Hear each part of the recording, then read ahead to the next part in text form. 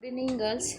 Yesterday we have discussed about system softwares, language processors, compiler phases, assembler phases, then pass structures of assembler, single pass and two pass structures. We have discussed few examples based on those. So now for getting final binary code from the high level language, there has to be different stages in between. So assembler or compiler gives us some of the codes. Those are also called as object code. By the time we are calling it them as a target code. So what is the target code of assembler or the compiler? We will be getting object code for that. So once we got object code, next part is to get a executable code from the object code. So the one step in between the object code and executable code is a loading step. So there are loaders present inside the system which does this part. So we will be discussing loaders here, and along with that obviously the linkers. So what is loader? So basically loader is whenever compiler or assembler creates an object code from the source program, that will be given as an input to the loader, and loader loads it inside a main memory so that it will get executed. So main part of loader is to load that object code inside a main memory so that it will be easy to execute by the main memory. So here the things are mentioned here in the PPT. The loader is a program. Obviously it is a software system software or the program which is used to load that object code inside a main memory. So it accepts object program text prepared from the compiler or assembler, and it loads inside the main memory and initiates the execution. So execution, after loading, the execution is started by the loader itself. Okay, so it is a software program, as we know it is performing a loading function. It is performing a initiation of execution of the process. Okay, so it places the program or object code inside a main memory. So what are the roles of loader? So just for getting a brief idea about it, the diagram is shown. The source program is given to language translator, compiler or assembler. So again we can call it as a language processors. Okay, so translator performs translation and conversion from high level language to the object code. Object code is given as an input to the loader. Now the object code is given as an input to the loader, and then what loader does, it loads that object program inside the main memory and it initiates the execution. So that's why this is called object program ready for execution. Now once it is loaded by the loader inside the main memory, automatically it becomes ready for an execution. So other than this, one more task is performed by loader, that is a linking. So that's why linker is a part of a loader. So what exactly the linker is? It is also a software program. It combines one or more object files in one executive program. So as we go back and just remember few of the things we perform in assembly language programming, if we have written number of modules or number of programs and we wish to execute them together, हम लोग क्या करते थे, सबसे पहले हम लोगों को उसको assemble करना पड़ता था, and we will be getting different object files. Okay, and then for execution हम लोग क्या करते थे, वो डिफरेंट ऑब्जेक्ट फाइल फिर हम लोग एक साथ एग्जीक्यूट करते थे.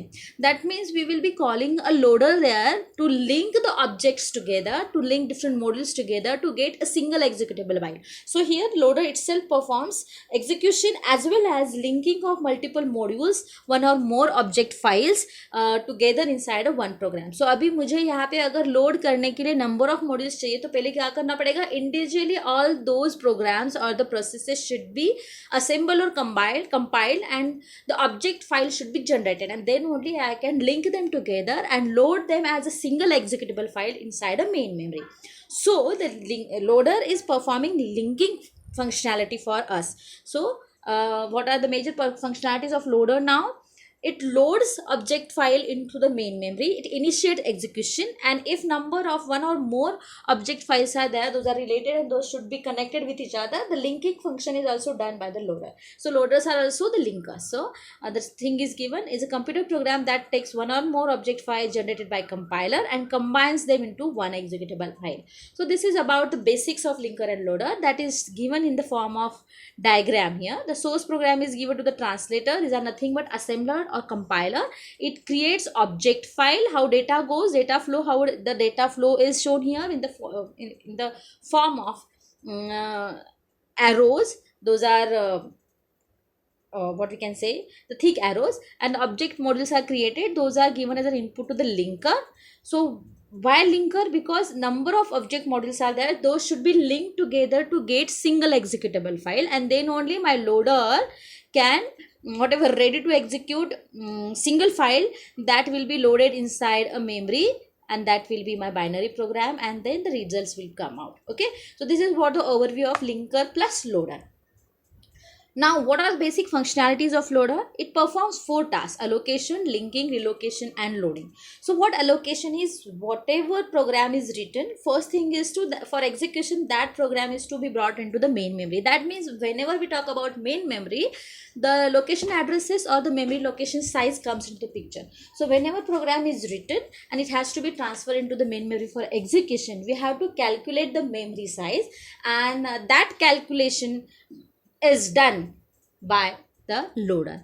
Now once it is calculated, that will be loaded inside the main memory for execution. Along with that, it has to perform 2 different tasks, that is a linking. As we know, the linking of one or more objects is done. Why linking is to be needed? Because there may be some shared variables or some external variables.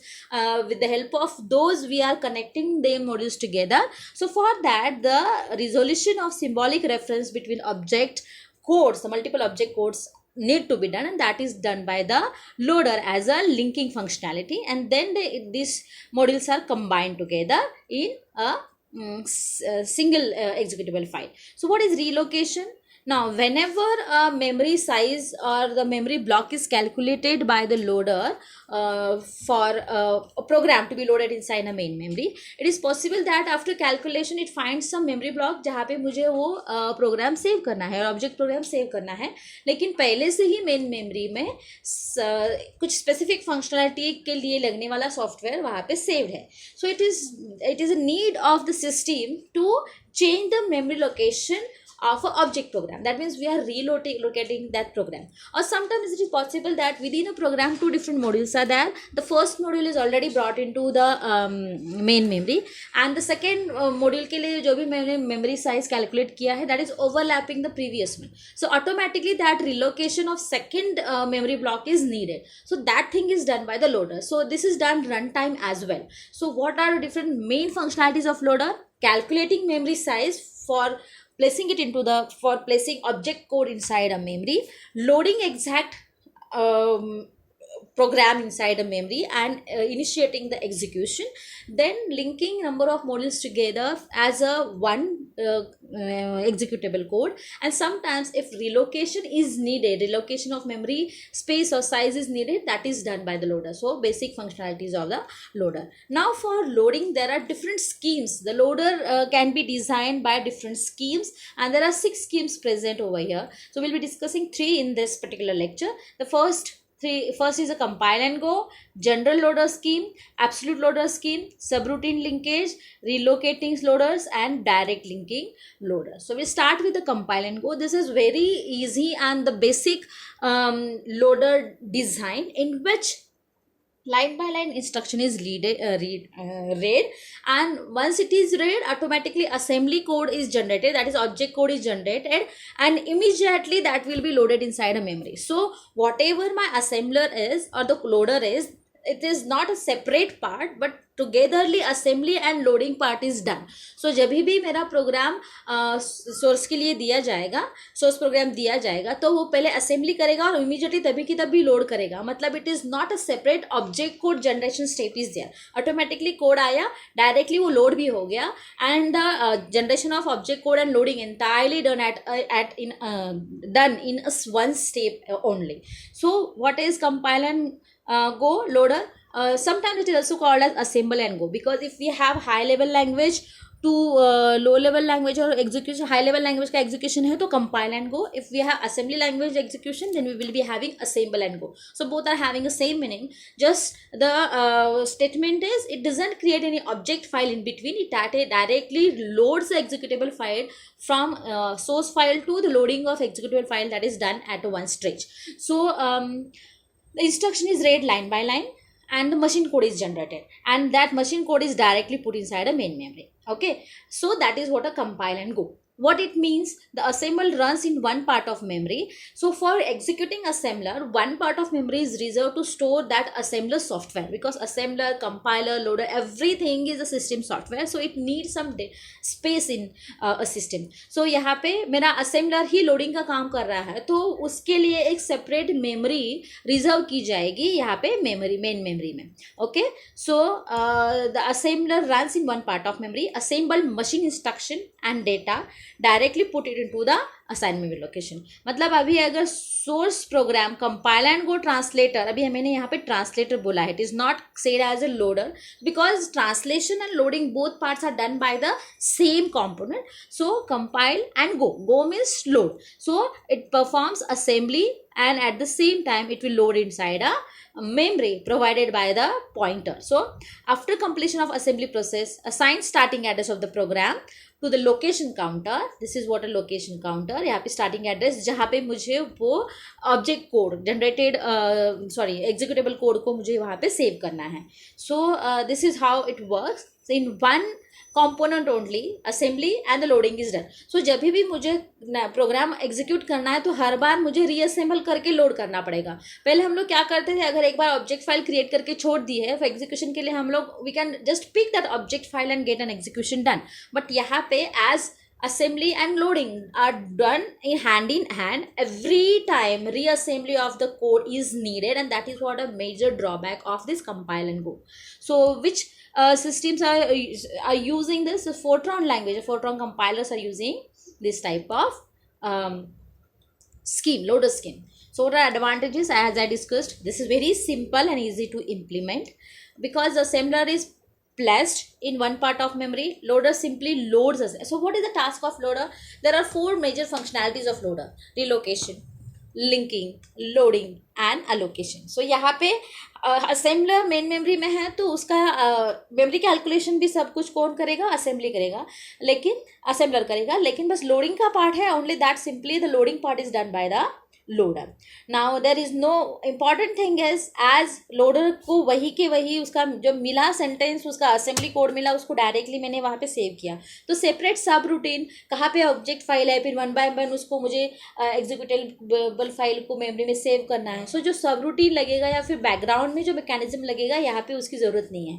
So that is what, no additional subroutines are required to load the compiled code. So assembler itself is performing this thing, right? So the next part is disadvantage. What are the disadvantages? As I said, assembler separately यहाँ पे save होता है, और जो वो खुद भी loader का काम करता है.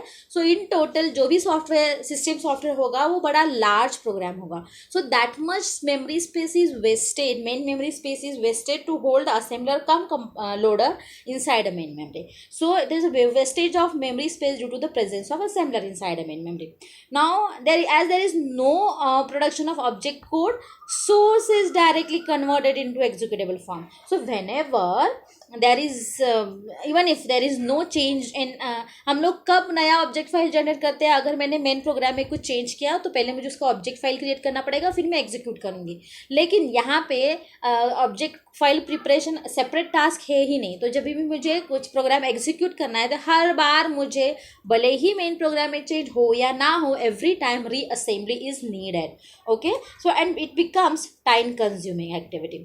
सो मोस्ट इम्पॉर्टेंटली यहाँ पे अगर प्रोग्राम मुझे एग्जीक्यूट करना है तो हर बार उसको असेंबल और लोड, और सिंगल असेंबलर है जो लोड भी करता है, तो एक टाइम पे बस एक ही प्रोग्राम वहाँ पे वर्क करेगा. It can not handle multiple source programs और processes at a time. Okay, and execution time will be more because her bar execution मतलब उसमें assembly भी आई और loading भी आया. तो execution is lengthy process. At a time एक ही प्रोसेस एग्जीक्यूट होगा, रीअसेंबली एवरी टाइम लगेगी और मेमोरी स्पेस भी वेस्ट हो रहा है. So just to as all this points we are discussing in this lecture are a theoretical one, I will be providing you the questions, important questions, or I can say the questions to be remembered about this topic. So just go through these points from the slide, or the discussion will get the answers of this. Note it down in your notebooks. Okay, so these are the questions asked on the basics of loader and the compile and go. So next type of loader is a general loader. So whatever Disadvantages of compile and go are those are tried to be removed inside this general loader scheme. So in compile and go loader, compiler or assembler and the loader are combined together. So here it is trying to divide them together. Here it may, in this scheme, the compiler is a separate component and the loader is a separate component. So the translator, we can say compiler or assembler as a language translator. So what it does, there are separate translators for the programs, and once those are translated, object files are created, and then those are given to the loader here, and then combinedly that can be loaded inside the main memory. Okay, so for loading only the loader part should be there inside a main memory. अगर मेरा assembler है तो assembler को number of phases के through जाने के लिए वहाँ पे उसका जो system software का size है that is much larger than whatever the size of loader is. Okay, and अगर मैं assembler और loader combine कर रही हूँ for compile and go तो बहुत बड़ा size हो जाएगा. So memory wastage is much more in compile go than the memory used for this second part that is general loader, जिसमें बस लोडर का ही पार्ट मेमोरी साइज में मेन मेमोरी में है, तो it takes smaller size than the assembler. So going back to whatever I discussed just now, the compile and go in which assembler is placed inside memory, resulting the wastage of memory. Now here to overcome the this particular disadvantages, new program of the system is required, and that is a loader, the separate program which is a loader. So loader is assumed to be a smaller than the assembler, that's why less size is required in main memory.